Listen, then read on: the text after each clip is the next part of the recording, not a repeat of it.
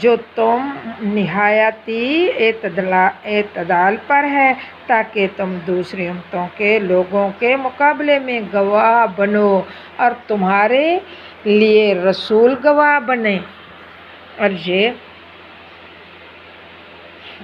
اور صحیح بخاری کی روایت ہے جلد 2 صفحہ نمبر 245 سے روایت ظاہر ہے کہ حضرت نوح علیہ السلام کے علاوہ دیگر انبیاء کرام علیہ السلام کی امتیں بھی انکار کریں گی اور یہی چیلنج کریں گی۔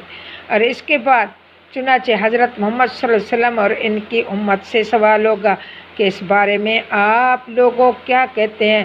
وہ جواب دیں گے، عرض کریں گے کہ ہم پیغمبروں کے دعوے کی تصدیق کرتے ہیں۔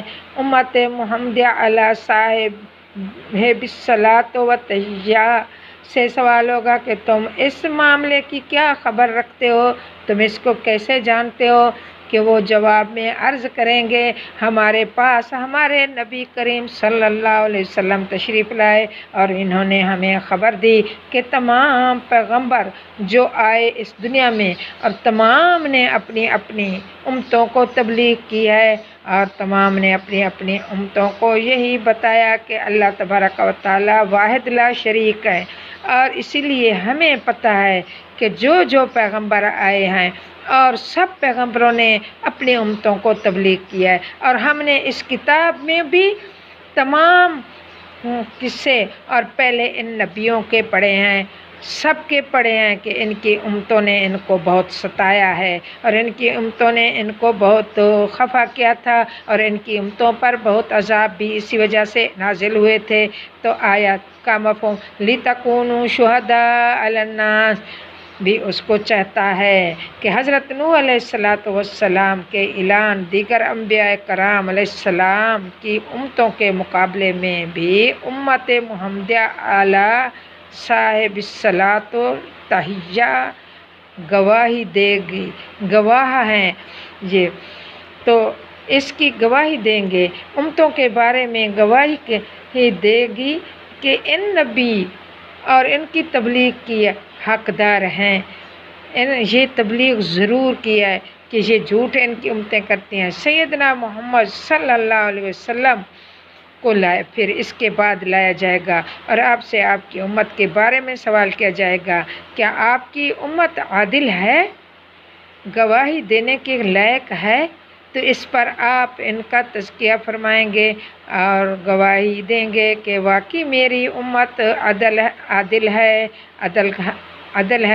گواہی کے لائق ہے، اس کی گواہی معتبر ہے، بلا شبہ اس امت کا بڑا مرتبہ ہے اور بڑی فضیلت ہے، جس کا میدان حشر میں تمام اولین آخرین کے سامنے ظہور ہوگا اور یہ گواہی دیں گی۔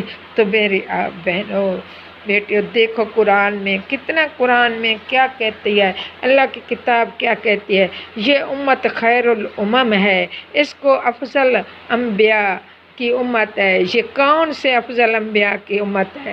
جو میرے آقا ہمارے محبوب سیدنا محمد صلی اللہ علیہ وسلم کی امت ہیں ہم، تو اس سے کا شرف حاصل ہے، اس کو اللہ تعالیٰ نے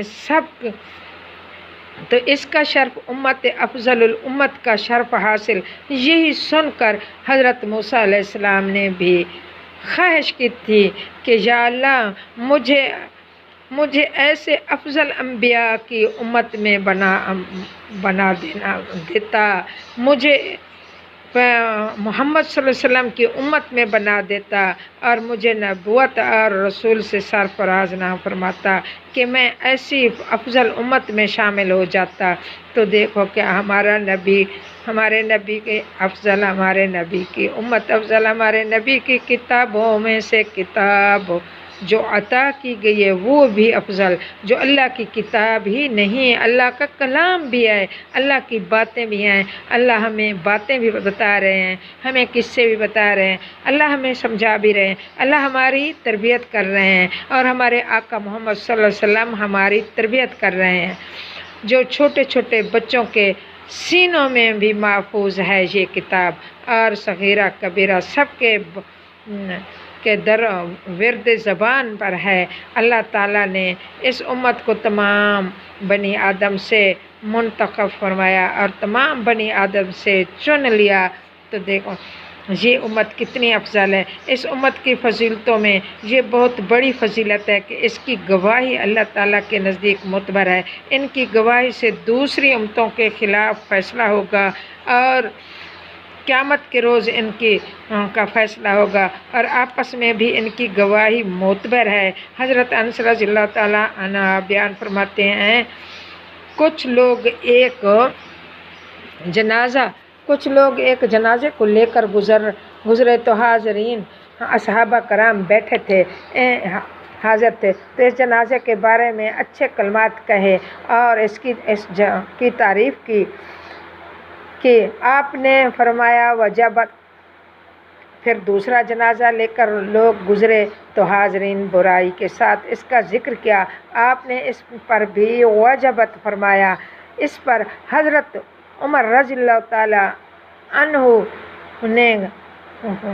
نے عرض کیا، یا رسول اللہ وجبت کا کیا مطلب ہے؟ آپ پہلے بھی جنازہ گزرا ہے تو آپ نے ایسے وجبت کہا، اب بھی آپ نے دوسری بار بھی وجبت کہا۔ آپ نے فرمایا کہ اس کے بارے میں تم نے خیر کے کلمات کہے، لہٰذا اس کے لیے جنت واجب ہو گئی، اور اس کے بارے میں تم نے شر کے الفاظ استعمال کیے، اس کے لیے دوزخ واجب ہو گئی۔ نعوذ باللہ، نعوذ باللہ۔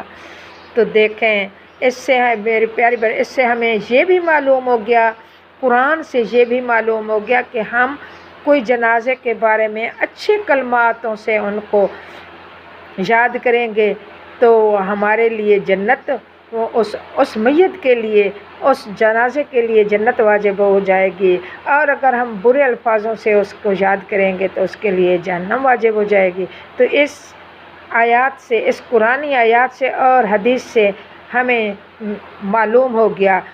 آپ نے یہ الفاظ فرمائے واجبت ہو گئے، اور آپ نے یہ الفاظ فرمائے انتم شہداء اللہ فی الارض، یعنی تم زمین میں اللہ کے گواہ ہو۔ انتم شہداء اللہ فی الارض، یعنی تم زمین میں اللہ کے گواہ ہو۔ حضرت عمر رضی اللہ تعالیٰ عنہ سے یہ روایت ہے کہ رسول صلی اللہ علیہ وسلم نے ارشاد یہ کیا، جس کی مسلمان کے لیے 4 آدمی خیر کی گواہی دے دیں، اللہ تعالیٰ اسے جنت میں داخل فرمائے گا۔ ہم نے عرض کیا، یا رسول اللہ اگر 2 گواہی دے دیں تو آپ نے فرمایا وہ پھر بھی یہی حکم ہے۔ پھر ہم نے ایک کے بارے میں پوچھا بھی نہیں، دریافت بھی نہیں کی۔ تو حضرت صلی اللہ علیہ وسلم نے ارشاد فرمایا، ان قریب ایسا ہوگا کہ تم اپنے اچھے لوگوں کو برے لوگوں سے ممتاز کر سکو گے اور جان سکو گے کہ کون کیسا ہے۔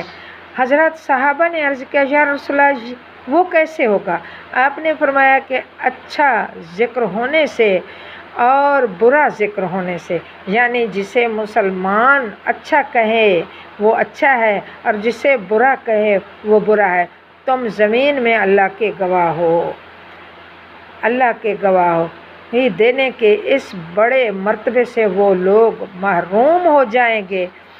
پھر اس سے معلوم وہ لوگ محروم ہو جائیں گے اس بڑے مرتبے سے، آپ نے فرمایا وہ لوگ محروم ہو جائیں گے جو لعنت کے الفاظ زیادہ نکالتے ہیں اپنی زبان سے۔